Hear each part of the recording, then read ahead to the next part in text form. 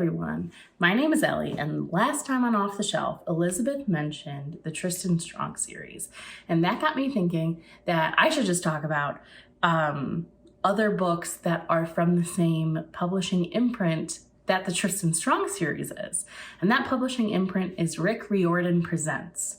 Now, if you don't know who Rick Riordan is, he is the author of the Percy Jackson series, which is all about Greek mythology. He is the author of the Magnus Chase series, which is all about Norse mythology. So clearly, he loves mythology. And he created an imprint that was made specifically to produce highly entertaining books by authors from underrepresented cultures and backgrounds, telling their own stories inspired by their own heritage, their own mythology, their own folklore from their heritage. And they're great. They're great. I don't know what else to tell you besides they're great. So if you love mythology, I highly recommend books from this imprint. I brought the first book in a bunch of the series, and I'm gonna just have to go through them really fast because I don't have that much time, and I brought a ton. So the first book is The Storm Runner by C.J. Cervantes. This book is a fresh and funny take on Mayan mythology. There are volcanoes involved. Very cool, very fun. And then we have Sal and Gabby Break the Universe. This one is kind of sci-fi with a lot of Cuban heritage and culture thrown in, which is really fun. We have Paula Santiago and the River of Tears by Taylor K. Mejia. This one is kind of spooky. It's kind of a ghost story, which is fun, by a famous ghost from Mexican folklore named La Llorona. So if you're interested in a little spooky mythology, that's one, or folklore, this one is for you. Then we have The Dragon Pearl by Yoon Ha Lee. This book focuses all on Korean folklore, but it is also sci-fi. So there's like it's kind of space opera-ish. It's very, very good. We have The Last Fallen Star by Gracie Kim. This book focuses on Korean traditions and lore. Also very good. Then we have, last but not least for today, Arusha and the End of Time by Roshani Chashki. This is all about Hindu mythology, and I highly recommend it. So all of these books that I just grabbed. Also, there's the Tristan Strong series that was mentioned last time. All of these books are fresh and different takes on different mythologies across the world, and I think they're really great. Like I said, I love mythology, so if you do too, I highly recommend any books from this imprint. Like I said, they're all the first book in the series, so there's more after them. There's a few standalone books in the imprint. I highly recommend it. Thank you for listening. Bye. Hi, my name is Lucy, and I am really excited to tell you about a new series of nonfiction books that I have just discovered. This is a series of biographies of artists, and it is called What the Artist Saw. So there are 4 right now, and they are Vincent van Gogh. He saw the world in vibrant colors. Faith Ringgold, narrating the world in pattern and color. Hokusai, he saw the world in a wave. And Georgia O'Keeffe, she saw the world in a flower. Each of these biographies is written and illustrated by different people. And one of the things that's so neat about that is that the illustrations in each book reflect the style of the artist that the book is talking about. For instance, the illustrations about Faith Ringgold will be done in the same style as an actual work of Faith Ringgold. Or the illustrations in the book about Georgia O'Keeffe have some of that landscape and dreamlike quality that Georgia O'Keeffe used in her art. And though the illustrations are different, each of these books does have similar features. They all start with the artist's childhood. Then as they progress, they'll go through that artist's life to help you understand what the culture and the history, the fashion and the food was like around the place and time where that artist was living.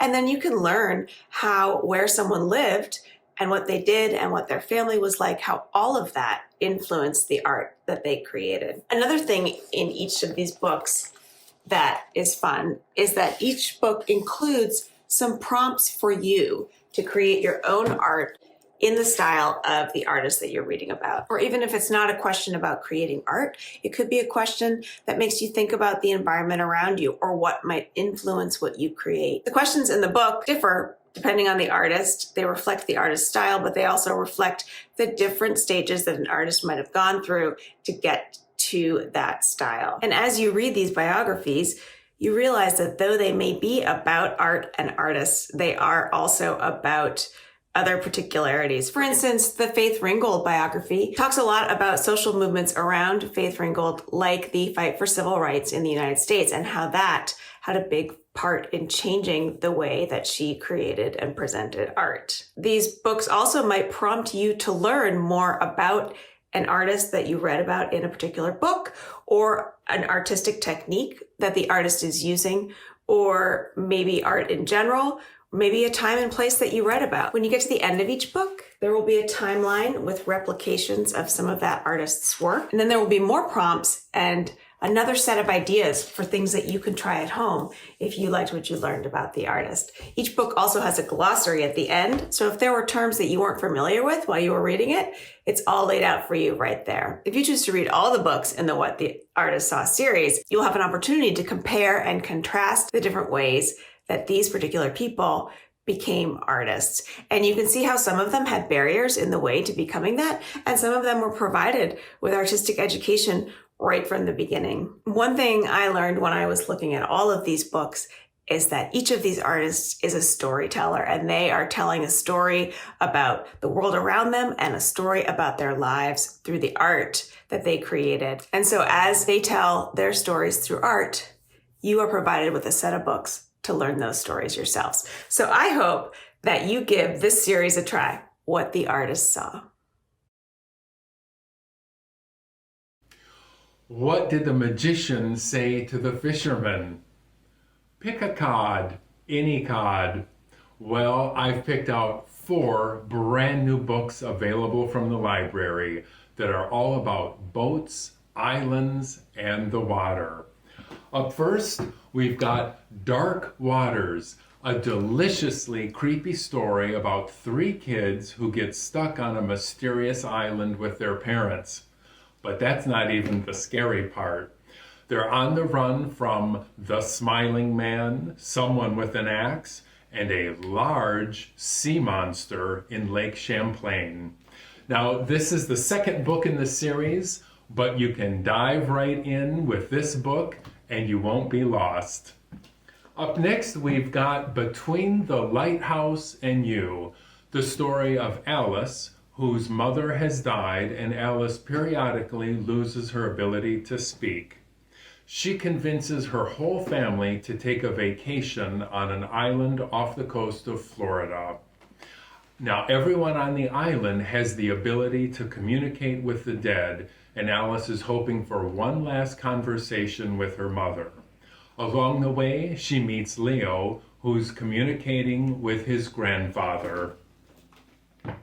We've got The Swallowtail Legacy next. This is the story of Lark and Pip, 2 girls who travel to an island in Lake Erie to take care of their mother's house, and along the way they uncover quite a mystery that involves a mysterious shipwreck and a missing will. The book is full of maps and illustrations and letters and different fonts, so it's a lot of fun to read. Finally, we have what might be one of my favorite books in this batch, Voyage of the Sparrowhawk. This is the story of Ben, who is looking for his brother that's gone missing after World War I somewhere in France. Ben is desperate to get to France, and he takes the only way he knows how, which is his canal boat. So he takes the canal down to the Thames and across the Channel to get to France.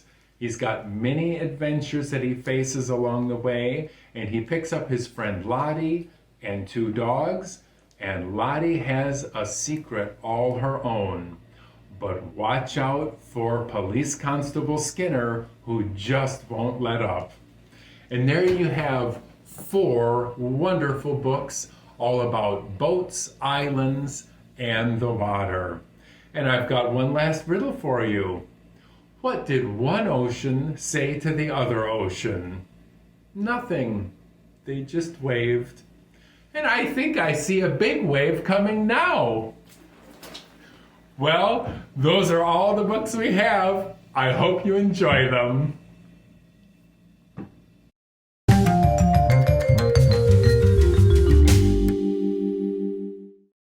Well, what a wonderful batch of books we've selected. And we want to remind everyone that all of these books are available from the Ann Arbor District Library, and you can put them all on hold if they're already off the shelf.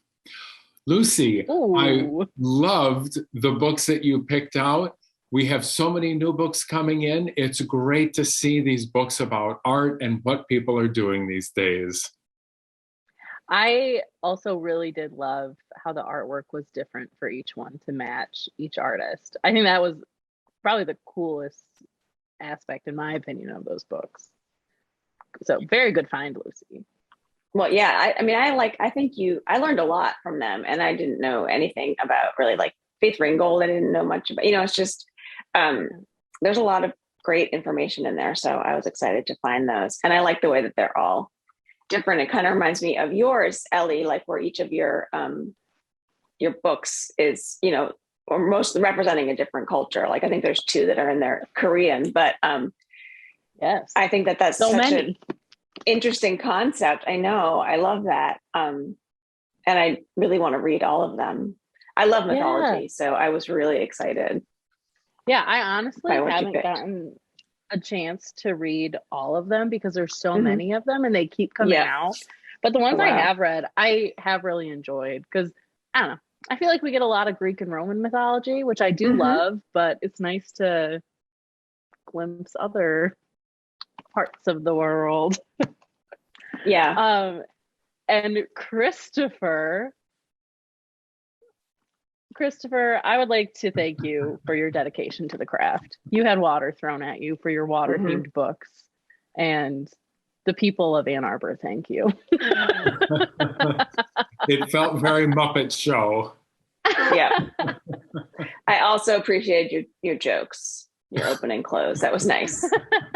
And I liked that in general. That was an interesting take on how to group books together. It's like, Mhm. oh, these all have to do with water. And I like that. A little beachy, but sometimes spooky beachy vibes. Well, we Yeah. get so many new books coming in all the time that it was easy to find a grouping like this. And we are going into the warmer summer months, so it seemed like there are a lot of books that are about boats and islands and the water right now. So it was perfect and a lot of fun. I thought it was interesting though that how they were all sort of different genres. Like you had a spooky one. There was one that kind of like when people could talk to dead people, kind of like not magical, a little bit of magical realism. So I think that's neat that you chose a theme that crossed all those genres. I noticed the same thing as I was reading them. They do have a common element in them, but they're all told so differently from each other. So, Yeah. And once again, you guys, great books, great finds. We have so many books in the collection that it's really nice to just see a selection pulled out and highlighted, and I'm putting some on hold. and I am too. I can't wait to see what's coming up next. No. Ooh, me too. So happy reading, and tune in for the next episode because we'll have more books that are flying off the shelf. Woo! Thanks for watching.